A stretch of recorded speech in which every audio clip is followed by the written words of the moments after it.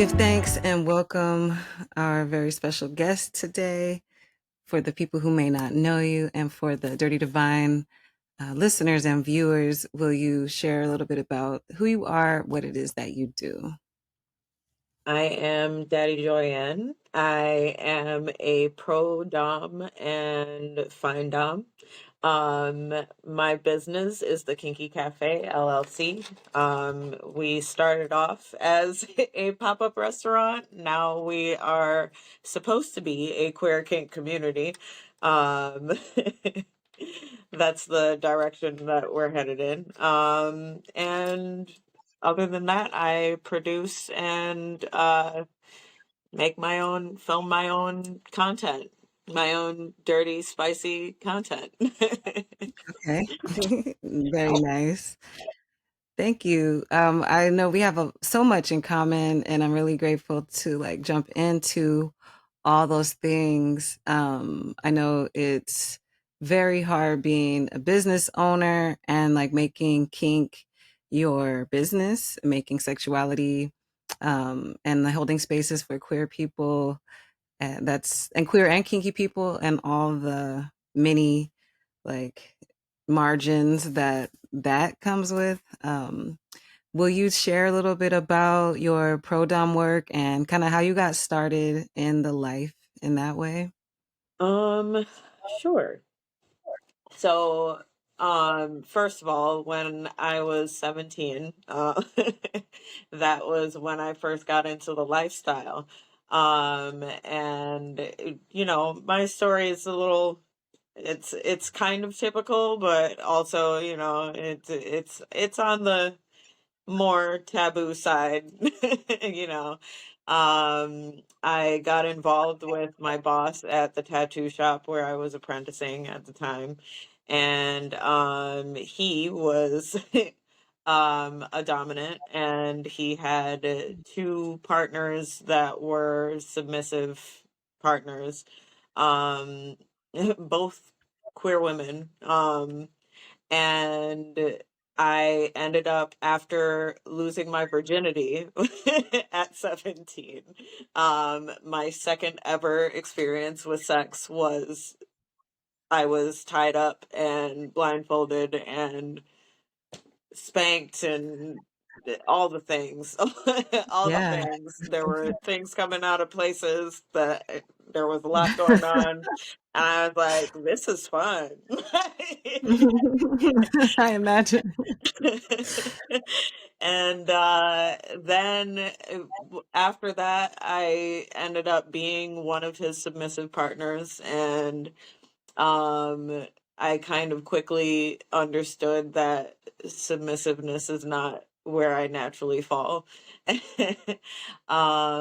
And from then on, probably when I was like 18, I decided that I wanted to be a Dom and I wanted to be a pro Dom. I want to make money with it. And I didn't get around to it until like 2020, actually. Um, my grandmother passed away in 2020. And I had been her home health aide up until she passed. Mm. And after that, she was a religious woman. I love her. And she never like judged me or anything like that. But between her and all that, I was also making porn at the time. I was just an actor then. And once she passed away, I was like, you know what? This might be the time to look into it. So I joined Mistress Marley's Black Dom sorority, and learned some things about the professional side of it from there. And that's how I ended up here, That's awesome. basically. Yeah, I've talked to a lot of people who kind of get introduced to kink and BDSM in their like late teens, early adulthood. That was definitely the case for me. I was 18, 19 when I started like doing sex work and came from working in a club, and just being mentored by like the house dominatrix, and I learned a lot of like topping skills from her. And later I learned power exchange kind of in the wild and then started educating myself. But it was that our brains aren't really fully developed yet, but we're very much sexually activated. And like my son's father was 3 years older than me and a little more experienced sexually. So, I feel like older people introducing younger people into this kind of lifestyle is common, although we consider it taboo because of what we know about like statutory age and stuff like that. Yeah. But a lot of us were making our own decisions at that time. So I I was pretty much not in the house when I was 17 to 18. I had moved out, so Same. I thought I was grown.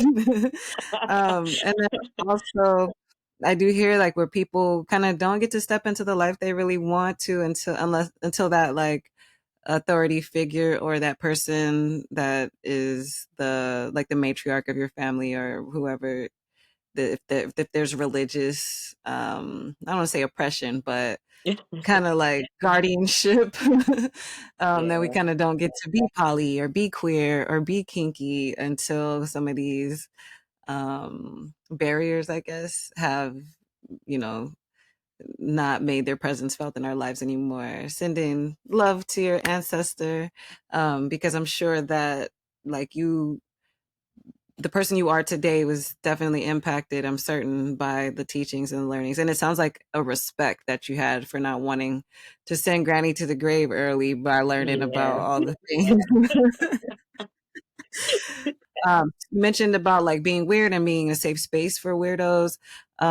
There's two things that come up for me in when you say that. Like one is that like the fantasy persona that you hold as the Demonatrix, and this dark goth type of being. When I first discovered you, like Columbus, no, fuck that guy. But when I first Right. found out about the greatness that you are, part of the thing, like part of the reflection and allure was that I didn't see many POCs who embrace this like darker kind of fantasy shadow kind of creature. I, as you know, identify as a vampiric, and even though I'm, ethical, I still have my dark ways, and I'm still like that safe space for baby demons and baby vampires and all the different types of ghouls and beasts that go bump in the night. So what's that like for you to embody like one of the most feared and hated type of creatures on the planet, right? And how does that empower you in your expression? The root of my title has a lot to do with my interest in theology. Um so I'm also a very big like spiritualist and all that. And and as the Sagittarius, I am big on philosophy and just like I'm constantly just mulling over like what's this connection to that? And what's this Yeah. what is there to explore here? And the way that I see it, um in all of the stories in the Bible, when it comes to demonic entities, um, the only thing that demons have ever really been accused of being evil for is revealing the truth to humans. Message. Right? So for instance, like when you go back to the roots of Lilith, who I'm a devotee of Lilith. I don't worship her in the way that people think, but like I embody her essence, basically.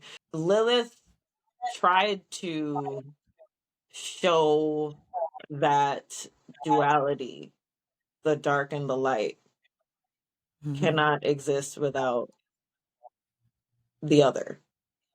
Tried to show that equality. And I I intend to embody that equality in every aspect of my life. You know, as above, so below. There is no light without the dark. There, it just doesn't work. Mhm. Okay, like where are we pulling light from? That Where are you that pulling part. your love and light from?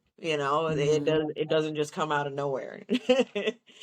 Right. You have shadows to integrate, you have shadows to work with, you have shadows to be friends with.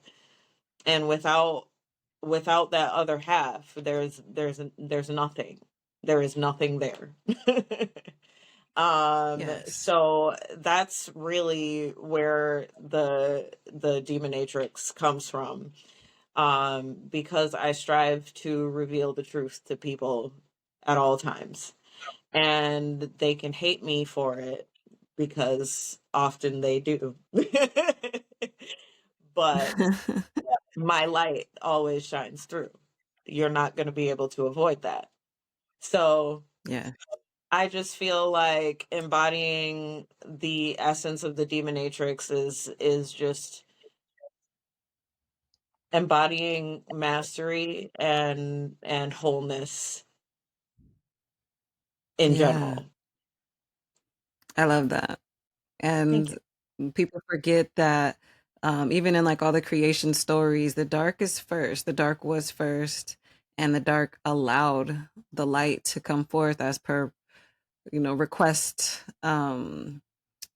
But the dark split and to make the light, there's Mhm. people don't give credit for like that primordial energy that birthed all these things. And I like to say Mhm. like people are call themselves old souls. I like to believe that I'm a primordial soul. Like before love and light was the agreed upon vibration, there was Mhm. darkness, there was chaos, and just was. It Mhm. wasn't a judgment on these things. And I come from a religious background too. um and was a Bible prodigy at the age of like 3, knowing all the books of the Bible forward and backwards. And I was that kid like, why does Lucifer get in trouble for wanting to be loved in the same way? Like Right. why Lucifer created music? Like why is he God's? These are all the things that later, when I left religion and went to study esoteric knowledge and metaphysics, and then learning like the Bible has been so manipulated that it's Mhm. not even the Bible, the original Bible. Like, did you Um, know that both Jesus and Lucifer were called the morning star? right, yes, and they're both Like, heavily associated with Venus, right. and Like, gee, yes, I wonder why that is. right, You and know? then later. Yeah, and later I when I studied demonology, and I learned that a lot of these demons were just misclassified. They were fallen angels, so they rebelled. They were following, who they thought to be their leader, and just playing the role for the duality that needs to exist. If there were not the opposition or any challenges to make us see the good, there would not be an opportunity to be in service. There wouldn't be a chance to overcome evil, because there would be no room for growth. We wouldn't evolve. We wouldn't have trials and tribulations. And for me, that shit seems like a dull ass life. Right. To an existence. So even as a baby, I was like questioning, like, this don't really feel right. And the creator that I came to know after feeling rejected by religion, right, for being queer, for being poly, and for being kinky and sexualized. I was very in tune with my sexual nature from a very early age, and I felt a lot of shame for these things that this arousal and all these other things that I felt like attraction. And so, you know, when I got old enough to realize like that's actually not the creator of it all. Like, there's levels to gods, and that's how I Right. identify as a god in flesh, a god king. Um and there are higher gods and bigger, more powerful beings, et cetera, et cetera. But I am a part of the greater picture. Like you said, you don't worship Lilith. um you understand the connection. You understand like her journey and the ways that what she represents as an ideal. Like, even if it Mhm. wasn't an entity walking on earth and fighting Adam because he wanted to dominate her, the representation, the what she stands for, like a woman's empowerment, like women being equal partners, like women having the knowledge to guide and to lead. And then also we can get into Lilith being black and all these other Mhm. things that, There's a cast out. reason that snake showed up on the tree. The snake was the primordial symbol for the divine feminine before Right. Christianity came into the picture. And And turned it it's like into, surprise, surprise, they turned a snake into something evil that right. coincidentally gave Eve knowledge. Right, and the choice to be as God, it's Mhm. like just limiting self-belief. So that, yeah, that's all those things led me to believe that, like, that wasn't God. So, you're probably one of the first people that I heard use this term, of themdom, and I know you use they them pronouns. And tell me about themdom and like what it means for like non-binary dominance to exist, and how did you like, obviously, like, we love putting them, gentle thems and theydies and words together to be, more gender neutral. I Yeah. really love them, and I think it should be like a course if you haven't created that Oh yet. yeah, I already have the first part of that course available on the Kinky Cafe website. That's Okay, kinkycafellc.com. good. I'll have um to do that. yes. It's like an hour and a half, I believe, and just like a rundown of what you need when you're trying to make money in this industry, and a lot of telling people that it is hard. It is hard, and it's going to be a different experience when you're gender nonconforming, non-binary, or even just a masked woman. Like, um, Mhm. people perceive you differently. You feel pressured to act as feminine as possible, because that does make you more money. I'm not gonna lie.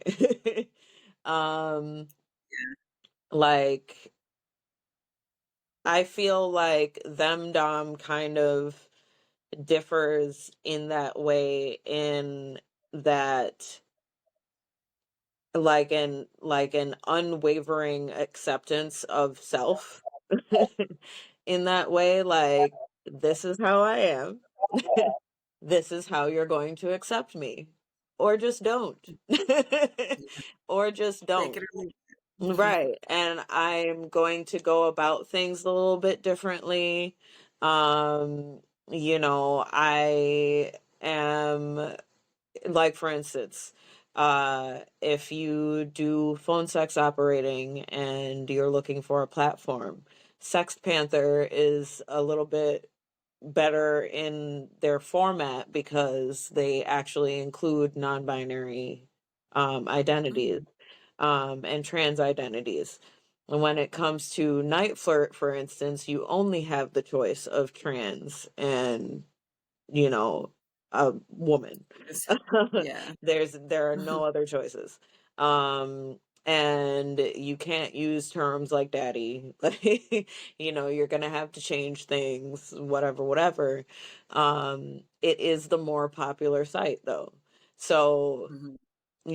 I in the course I also cover things like that, the fact that you're gonna have to accept certain things on here. I've had someone call me and think that I was like M to F. And I went with Mhm. it. I went with it. Listen. Nice. Hey. Dropped my voice a little bit and I went to town. Yeah, like, you sucking that da da da da da, and like, you hear that slapping, blah blah blah. Okay, yes. okay. You know, Right. things like Find Dom. It's gonna be a little tougher, but it still happens, you know, like um basically I wanted to, and I did not coin that term myself. I'm just gonna Right. put that out there. I did Yeah. see another non-binary individual use ThemDom once, and I was like, fuck yeah. But from there I created the course because I wanted to show people that, like, if you want to do this, you can still do this. You're going to have to go about it a little bit differently, but it can still work. You know, like I Mhm. still get find clients, but a lot of them, you know, they're giving to me for different reasons. Either they want me to be daddy, or they want me to be mistrix. They want me to be goddess, you know, as long as they use my damn pronouns right. And Right. understand that I am still not a woman, then we're good. We're Gucci. Like, you know, send me your Yeah. money and I'll show you a picture of my feet. Just respect it. I Right. love that. And yeah, I don't think, we're in that world. We're at the age of internet and information sharing. It's almost impossible to track down, like, sometimes who coined a certain thing, and I don't think that's the purpose of it, but to spread the ideal of it is really important. So if there wasn't a course on it and you heard that and decided to teach people about how to embody that energy, I don't think it's like plagiarism or theft or some shit like that. Nobody owns queerness. Nobody Right. owns genderism. That's awesome. So, how many years would you say it was before you decided, like, to do a business? And what does the Kinky Cafe mean for you? Tell me a little bit about that. Well, I went to culinary school when I wasn't like right fresh out of high school. I was 20, 21, I want to say.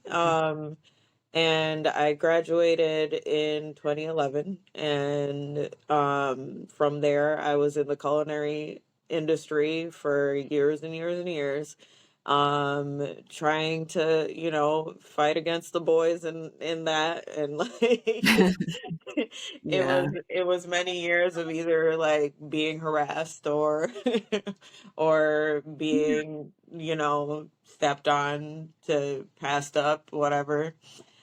yeah. um and Typical like I never patriarchy doubted shit. my skill. Nobody else ever doubted my skill. It's just I always ended up in these situations where I'm like cleaning up after the white boys and like whatever.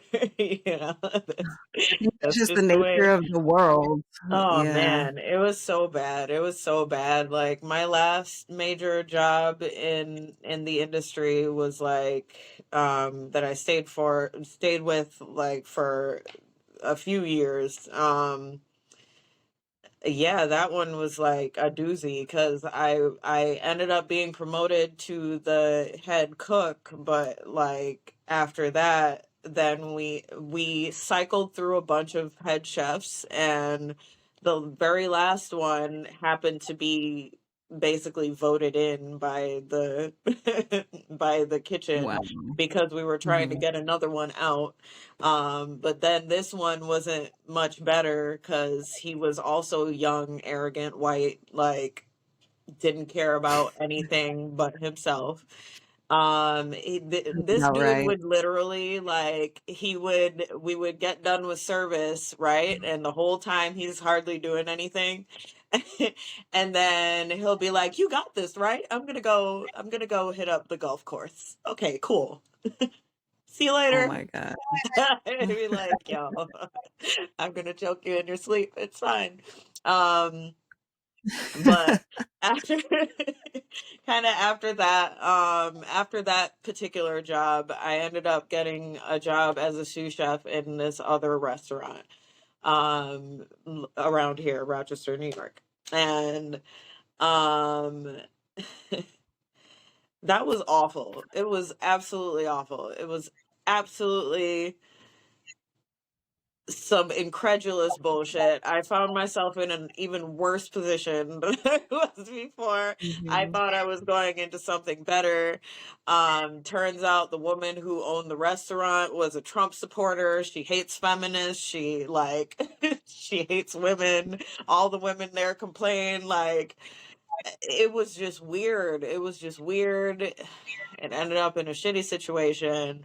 Long Mhm. story short, had I was fired even though I walked out.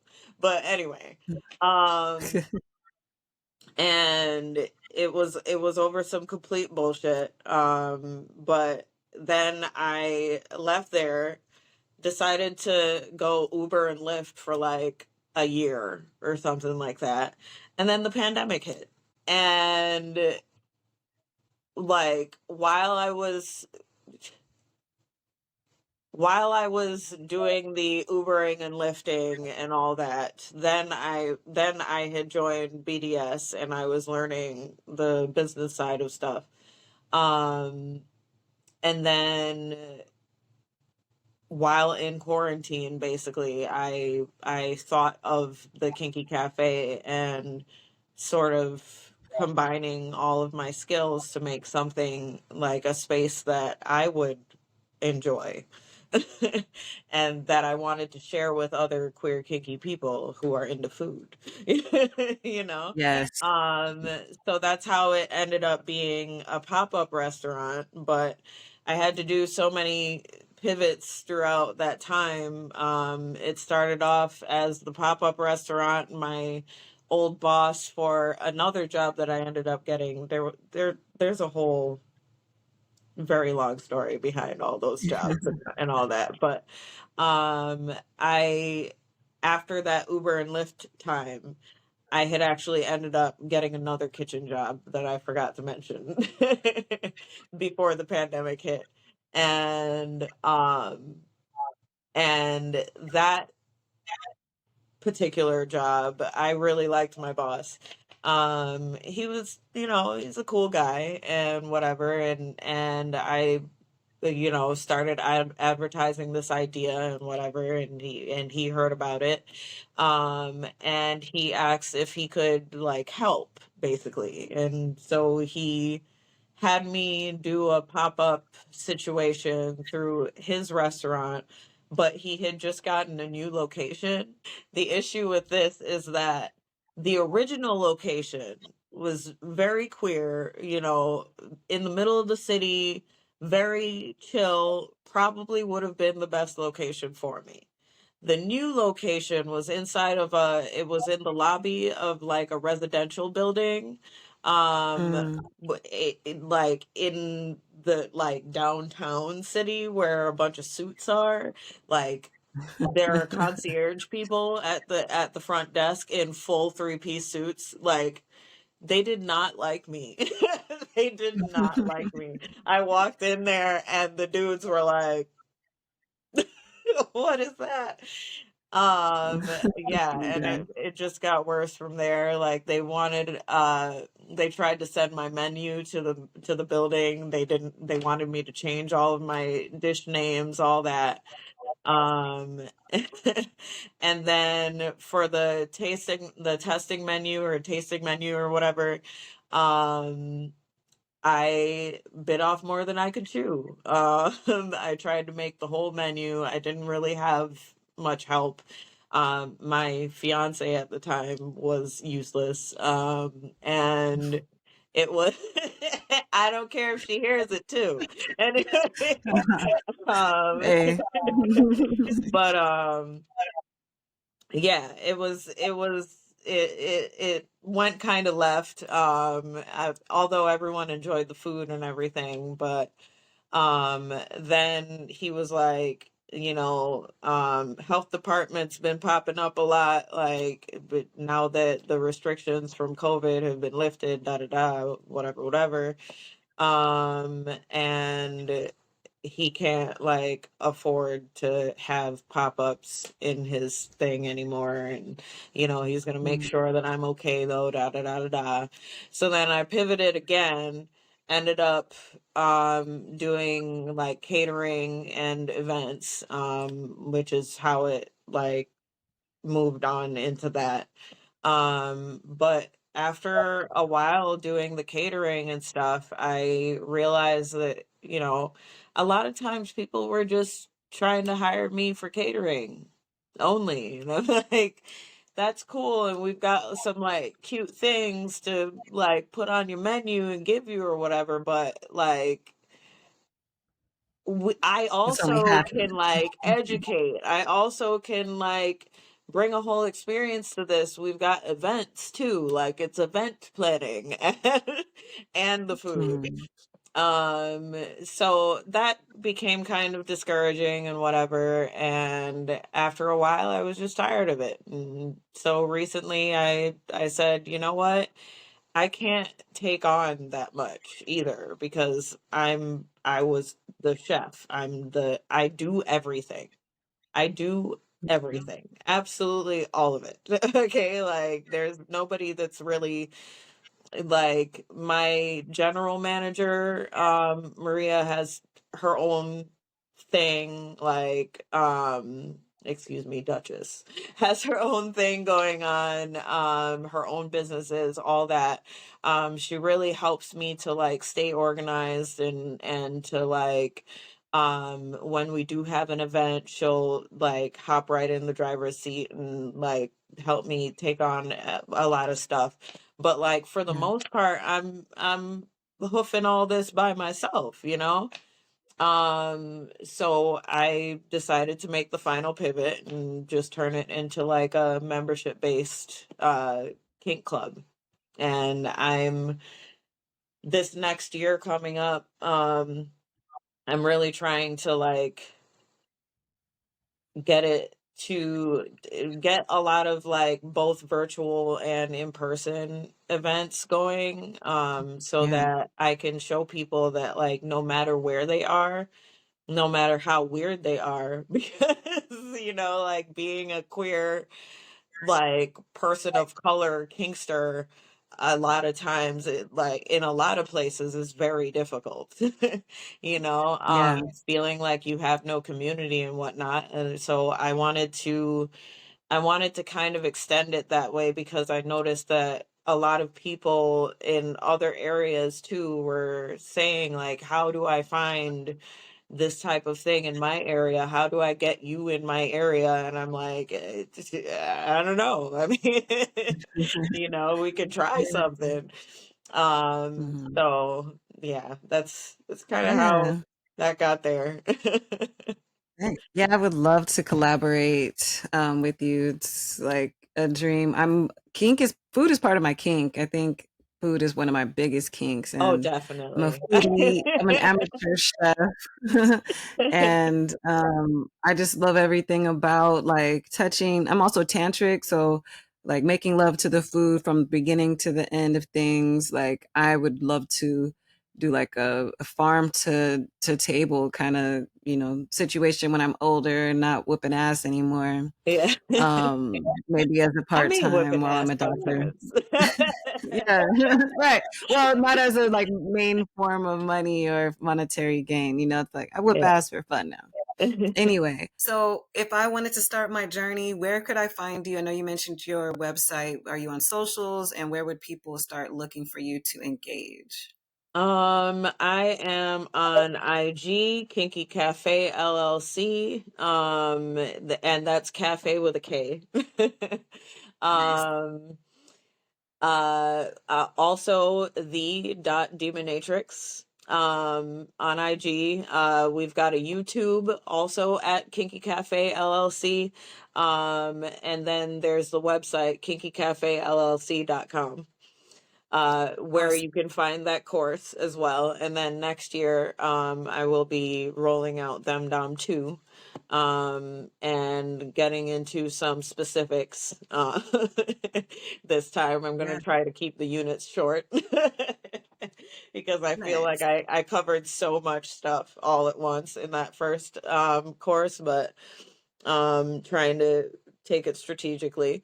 Yeah. And then there's, if you want to shoot me an email, Daddy Doyenne, Daddy_Doyenne at protonmail.com. And that's Um, Doyenne. If you're not watching, right. definitely find Daddy. Um, and next year I'm also, and you're hearing about this first. Okay. I'm starting my own podcast. And possibly two. Because I've been thinking about these for a while.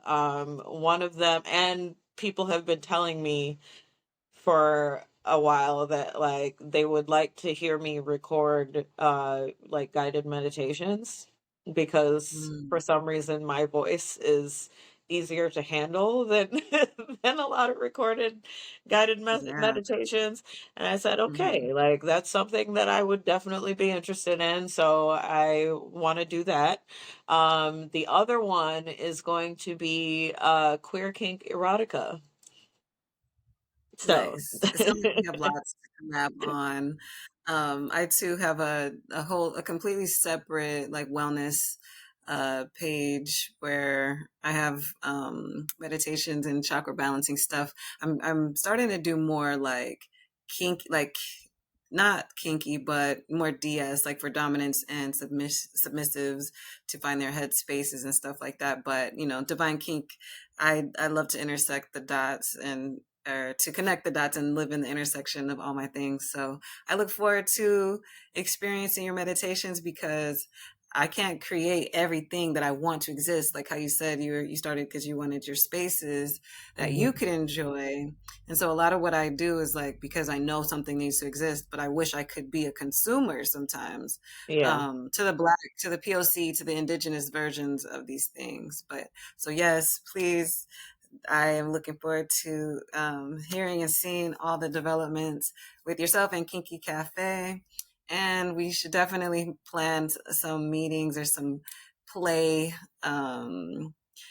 food, kind of like all the things. Like Please listen. yeah. I love to cook for people, okay? Like that's definitely how I show my love. I would love to cook for you, okay? I would love to see your cooking. Yes. uh, Thank you all for listening, and be sure to check out the links that Daddy Doyenne is leaving for us to follow in their steps and see what they're up to at any time.